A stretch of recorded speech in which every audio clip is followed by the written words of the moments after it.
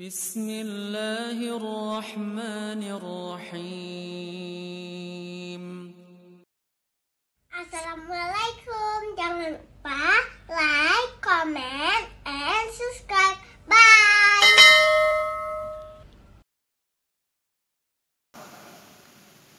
Wattaqau, dan mereka bertakwa kepada Allah, artinya mereka mengerjakan titah perintah Allah serta mereka meninggalkan larangan-larangan Allah.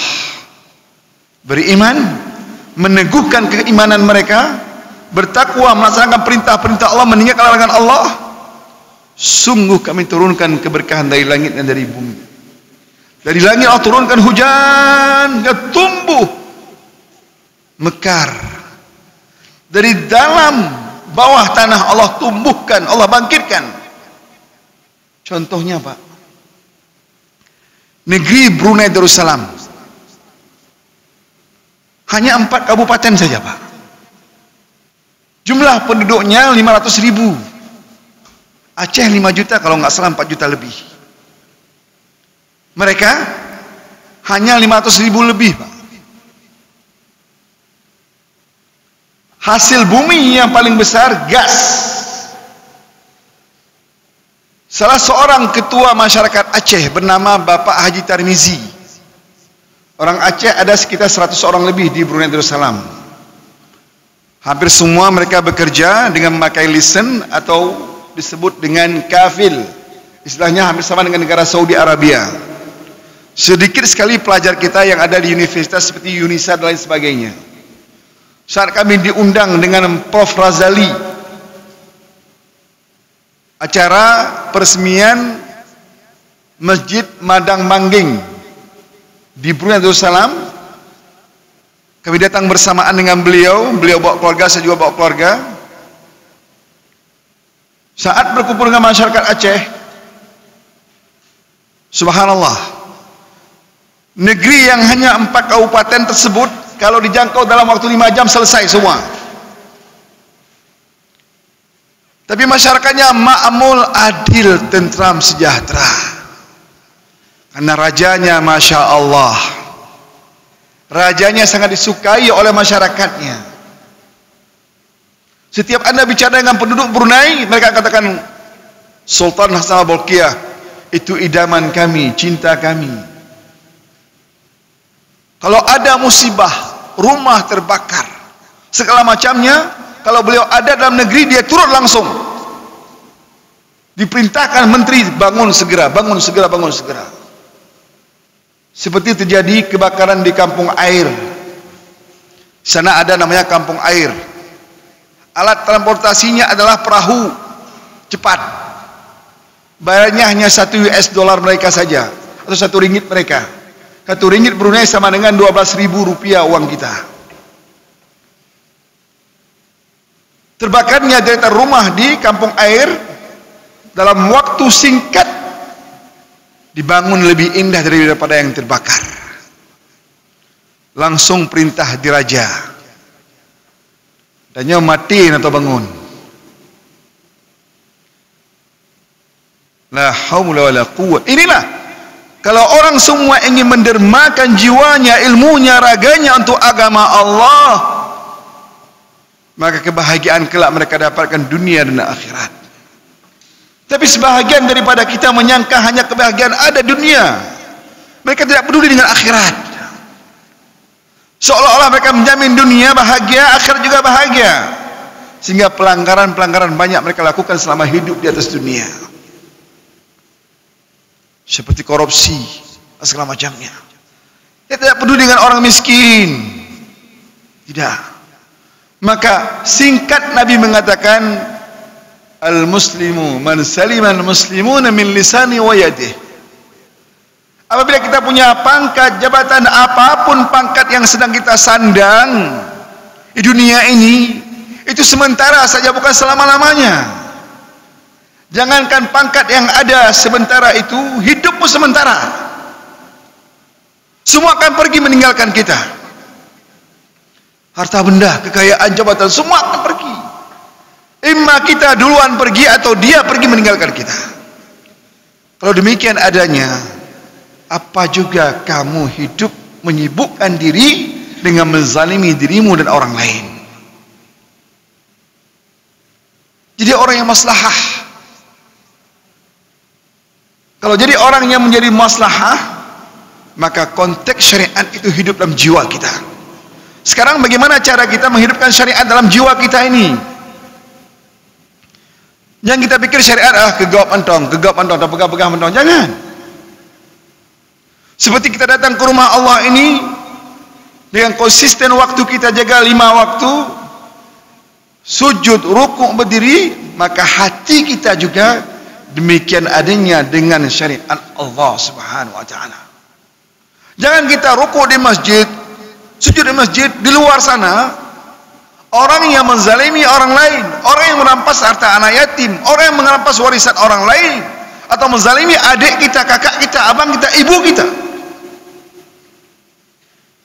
Coba lihat viral di media sosial, seorang ibu ditinggalkan anaknya di jalan tol di Banjarmasin, Kalimantan. Seorang ibu yang sudah tua, usia 70 tahun lebih, disengajakan oleh anaknya diletakkan di jalan tol di Banjarmasin, dihinakan ibunya. Ketika diambil oleh orang yang mulia, pasangan suami istri, ditanyakan semuanya kepadanya, dia katakan memang ditelantarkan oleh anaknya. Di rumah pun dia dihina-hina, di rumah dipukuli. La haula wala quwwata illa billah. Jangan ini hal demikian jangankan untuk orang lain, untuk ibunya yang melahirkannya saja tidak bisa dia jaga. Tidak bisa dia rawat, yang sebenarnya berbalas budi lebih di atas itu. Ini ada bukan tidak ada. Bahkan kejadian dalam hidup saya, Pak, kejadian di Aceh Besar, saya tidak sebutkan kampung apa itu. Saya berkunjung ke rumah adik saya. Tiba-tiba saat saya duduk, ada rumah sekitar 5 pintu disewakan. Saya dengar bantingan pintu sangat kuat sekali. Plong!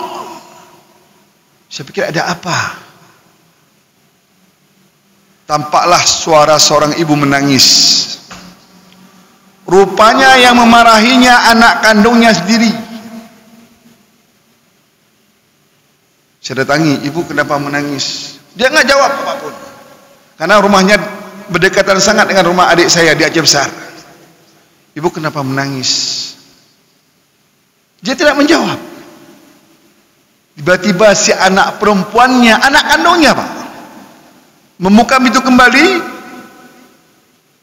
mengatakan kepada saya, ada apa urusan Anda? Lalu saya balik ke rumah adik saya, karena melihat ibu itu menangis terseduh-seduh. Setelah berapa hari saya datangi lagi rumah adik saya, pas kebetulan ibu itu ada di rumah adik saya. Saya tanyakan, kenapa ibu kemarin menangis? Saya tidak sanggup menahan lagi. Dulu saya punya suami, saya disayangi, dicintai. Sejak anak saya itu kecil, saya rawat, saya jaga, saya sekolahi.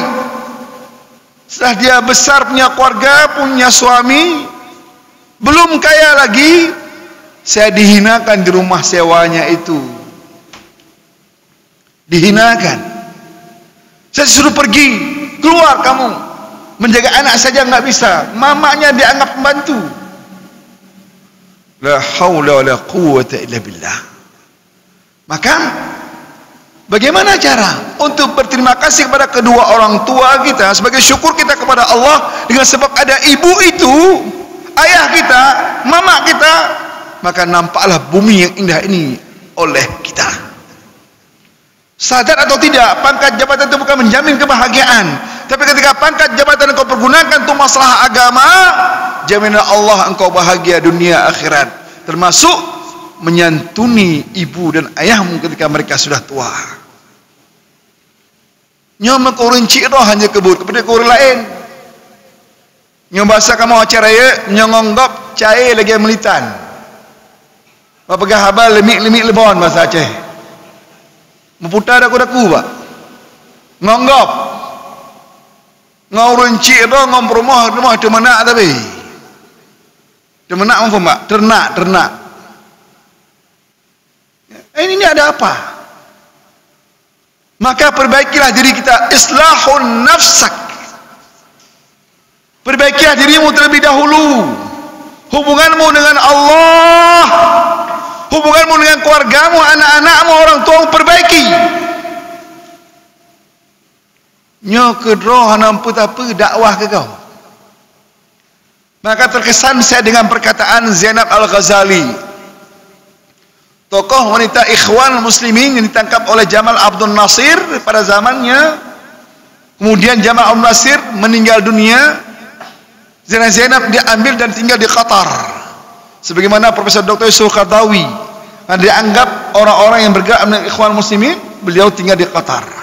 Kata beliau dalam buku beliau Bunga Rampai, tokoh wanita Ikhwan Muslimin, kata beliau, aslih nafsak wada'u ghairak wasbir ala ma asabak.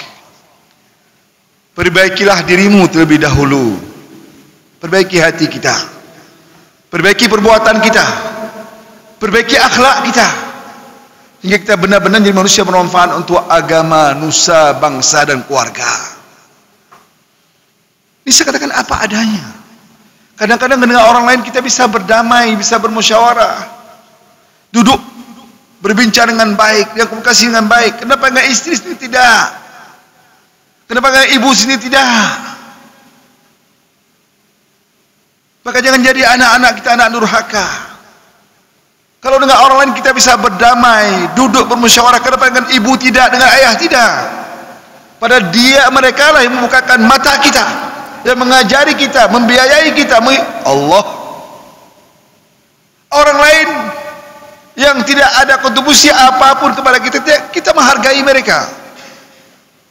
Yang berkewajiban utama kedua orang tua kita, kita hinakan mereka.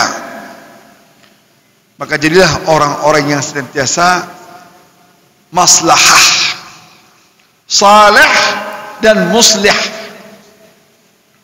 Saleh hubungan dengan Allah, saleh hubungan dengan masyarakat, muslih menyelesaikan masalah umat. Nyo kadang-kadang maaf pak, selama 2 periode je ke Imam Cik mengatakan ada masalah-masalah, kan enggak ada. Imam tak gaji oleh mukim pegiat perdamaian. Hana langsung ujuk pak polsek. Perdamai, biar rugona mukim. Yang getimang-timang lepas gate pak. Pasti orang non tenturi mukim ngamo Muhtar Hasan. Le periode je ke mukim. Hantam pernah bahkan ngekemnya tajuk pak polisi ke pecelon. Ke pecel perangkat mukim. Baca-baca juk polisi, baca-baca juk polisi, kepecah perangkat mukim. Selesaikan dengan cara adat, musyawarah. Panggil pihak yang bertikai, selesai memajarah mukim-mukim demah. Ini contoh. Maka keberadaan beliau di kemukiman sebagai orang yang disegani, yang dicintai, karena beliau menyelesaikan masalah.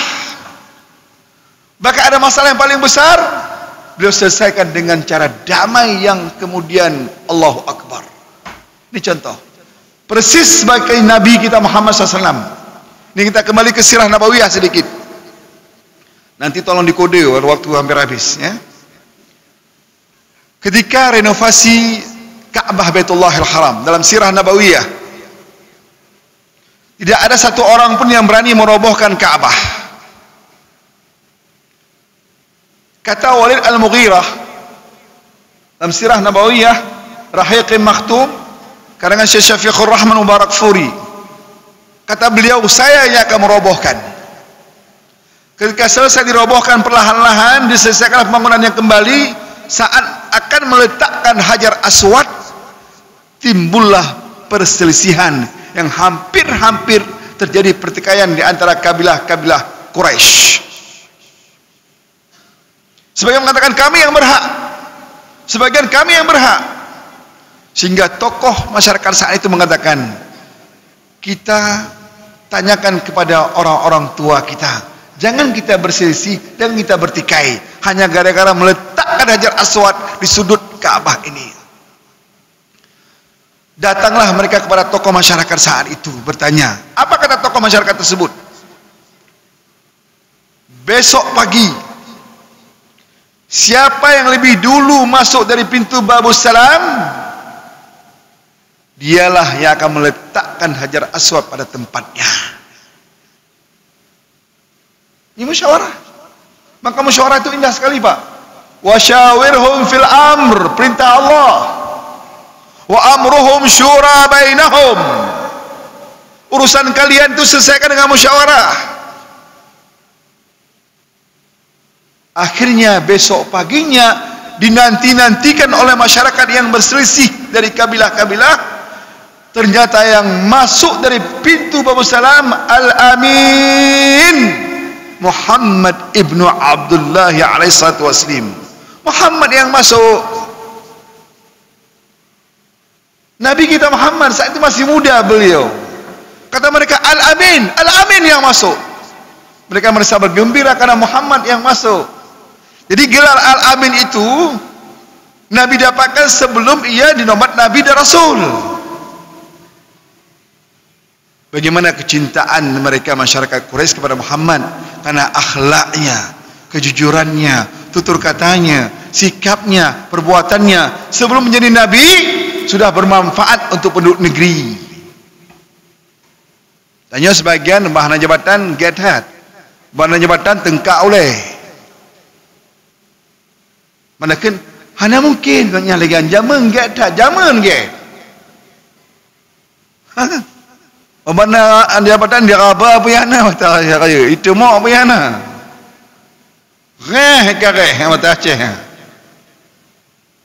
Dulu enggak mungkin, paham mungkin. Begitu fakta terjadi, oh ya Allah, kenapa demikian? Ini saya alami, Pak. Ketika saya pulang dari Mesir selama 15 tahun berada di Mesir, 2011 saya pergi pulang ke Aceh, ada penyelesaian masalah besar yang dia punya jabatan besar di Aceh. Gebegah lewat runtuhan tokoh, mungkin. Oh, tak fakta nyata, bara, oh mana? Coyan. Nabi Muhammad sebelum dinobatkan Allah Nabi dan Rasul diangkat namanya Al-Amin oleh masyarakat Quraisy.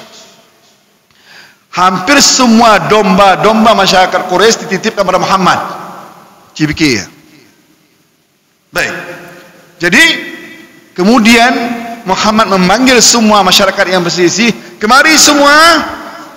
Kabilah ini pegang ujung kain ini, dibentangkan kain oleh Nabi, letakkan Hajar Aswad di atasnya, dipanggil kabilah, pegang, kabilah, pegang, kabilah, pegang. Semua mengangkatnya, meletakkan batu Hajar Aswad secara bersama-sama. Bagaimana cerdasnya, tangkasnya Muhammad ibnu Abdullah alaihi salatu wa taslim. Mudah-mudahan kita semua sebagai umat Muhammad cintailah Muhammad sepenuh hati, jangan setengah hati.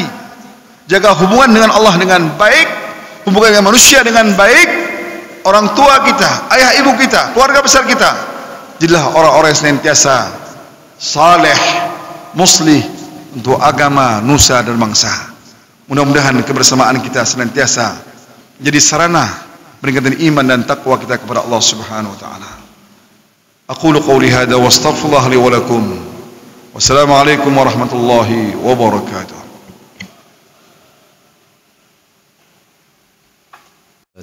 Ustaz Haji Ahmad Rizal LCMA yang telah menyampaikan tausiah mau'idah kita yang luar biasa. Terima kasih banyak kepada Imam Masjid dan seluruh BKM Masjid yang telah menyambut kami. Alhamdulillah, terima kasih banyak. Kemudian kami sampaikan untuk malam Ahad depan insya-Allah kita da'iyah dan muhtasib Gampun, kita akan silaturahim, kita solat berjamaah insya-Allah ke Masjid Ayodhya. Masjid Ayodhya ini itu di Gampung Alu Dayah Tengah. Demikian kami sampaikan.